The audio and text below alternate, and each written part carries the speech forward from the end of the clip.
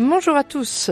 À nouveau Parlons d'Europe cette semaine avec la Maison de l'Europe de Tours, centre d'information Europe Direct. Et aujourd'hui, je reçois quelqu'un que vous connaissez bien, Sophie Oconi. Bonjour Sophie. Bonjour Christine, bonjour aux auditeurs.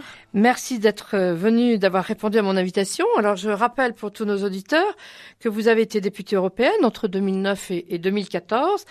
Et que vous êtes, et c'est pour ça aujourd'hui spécifiquement que je vous ai demandé de venir, parler de problème de l'eau. Vous êtes gouverneur au Conseil mondial de l'eau. Vous êtes également vice-présidente du Comité national de l'eau. Et donc nous allons parler, dans une actualité d'ailleurs assez brûlante, si j'ose dire, de ce problème de l'eau et de l'Europe. C'est une politique européenne. Donc dans un premier temps, si vous voulez bien, on va peut-être présenter le Conseil mondial de l'eau, parce que je ne suis pas sûre que tout le monde soit tout à fait au courant de ce que c'est. Donc c'est le moment de le présenter. Alors, qui êtes-vous, Conseil mondial de l'eau ? Alors le Conseil mondial de l'eau, c'est une organisation internationale évidemment, qui est adossée à l'ONU. D'ailleurs, parmi les gouverneurs au Conseil mondial de l'eau, il y a Gérard Payen, qui est gouverneur français avec moi et qui est le conseiller sur les politiques de l'eau de Monsieur Ban Ki-moon, qui est le secrétaire général de l'ONU. Donc on est adossé à l'ONU. C'est un certain nombre de pays qui sont représentés par délégation, tous dans le domaine de l'eau évidemment. Les axes de réflexion et de travaux sont de 3 ordres. Le premier, c'est l'hydrodiplomatie, c'est-à-dire réfléchir à la façon dont on peut aider à régler certains conflits qui sont liés à l'eau. Est-ce que vous pouvez nous donner un exemple ?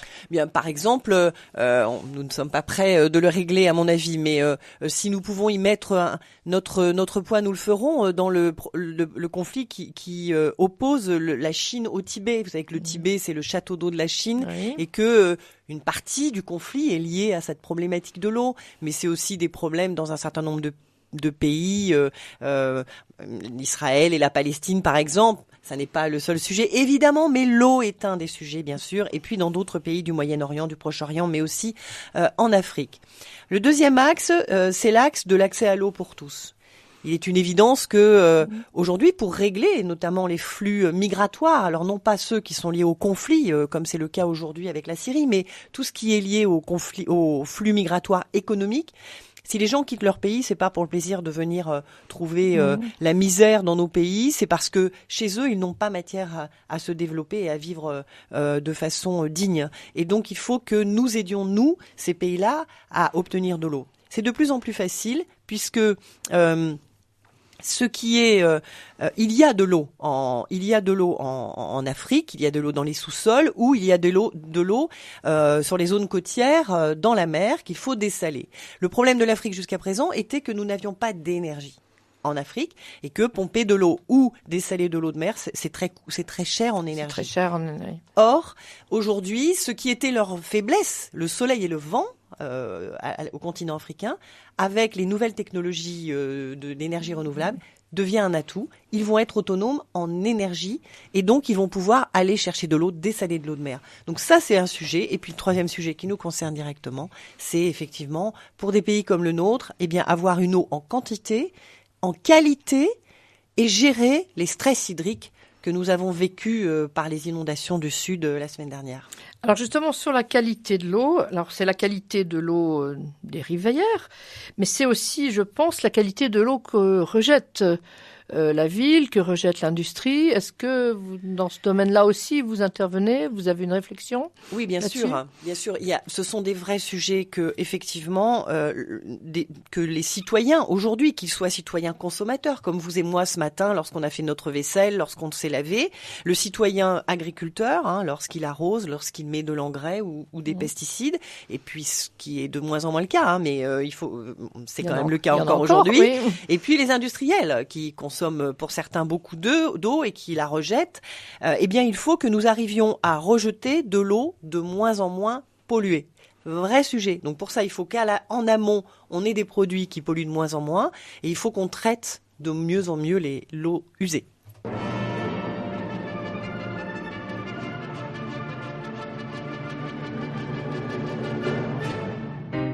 Dans Trait d'Histoire, Chaque samedi soir, les grands événements reprennent vie sur RCF.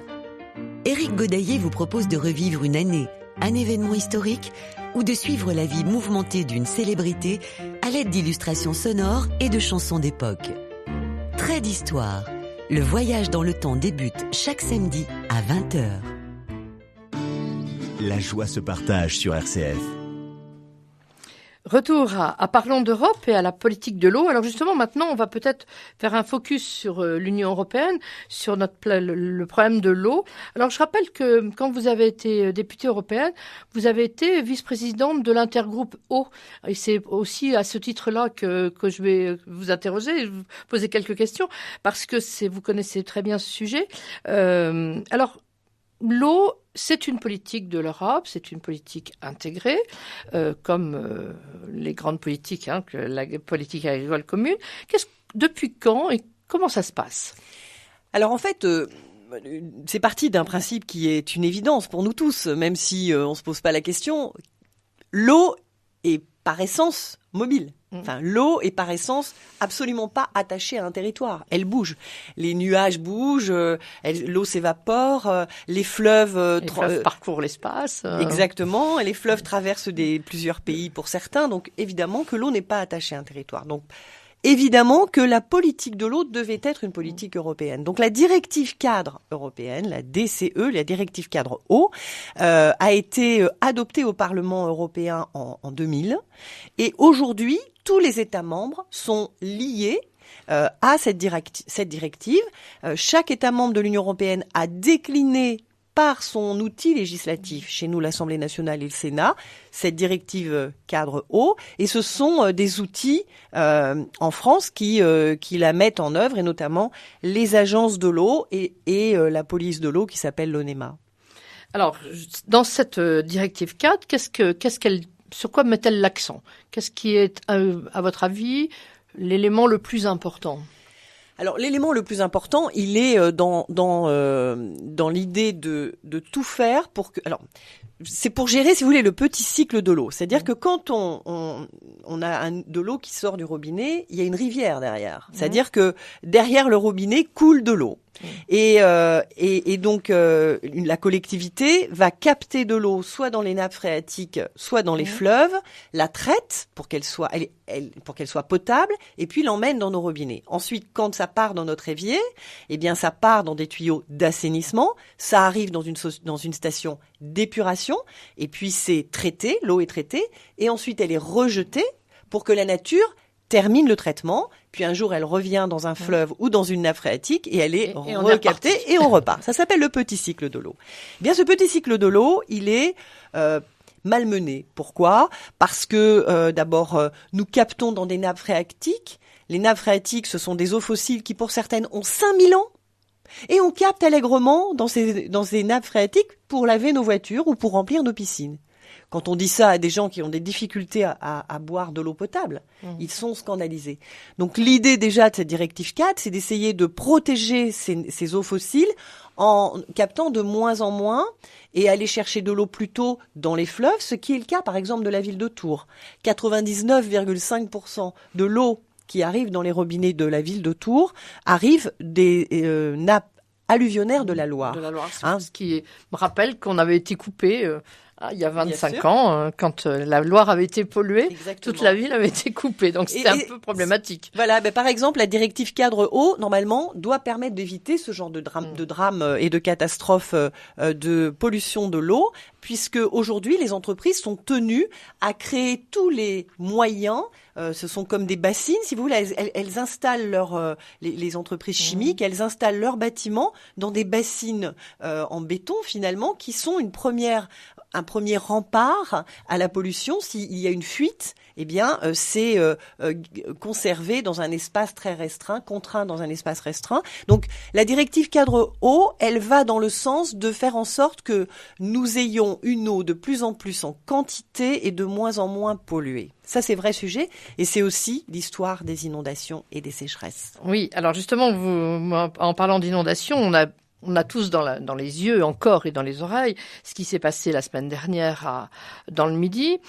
On a quand même l'impression chaque année que ça recommence. Alors pas forcément au même endroit, mais chaque année on a des millions d'euros de dégâts, on a des morts. Enfin, c'est catastrophique. Tout le monde pleure en chœur en disant c'est épouvantable. Et puis on s'aperçoit 6 mois après qu'on ne fait rien et ça recommence. Si on prend l'Asie, il y a des bassins de rétention qui ont été construits. Nous n'avons rien. Nous ne faisons rien. Alors qu'est-ce que l'Europe peut faire là-dessus? Alors, ce qu'on vit actuellement en France, mais dans de nombreux autres pays, les États-Unis, on se vit ça aussi de façon incroyable, ce sont ce qu'on appelle des stress hydriques. Les stress hydriques, c'est des inondations de plus en plus importantes en nombre et de plus en plus importantes en force, et puis des sécheresses de plus importantes en nombre, de plus importantes en temps, de plus en plus longues et de plus en plus fortes. Ça s'appelle des stress hydriques.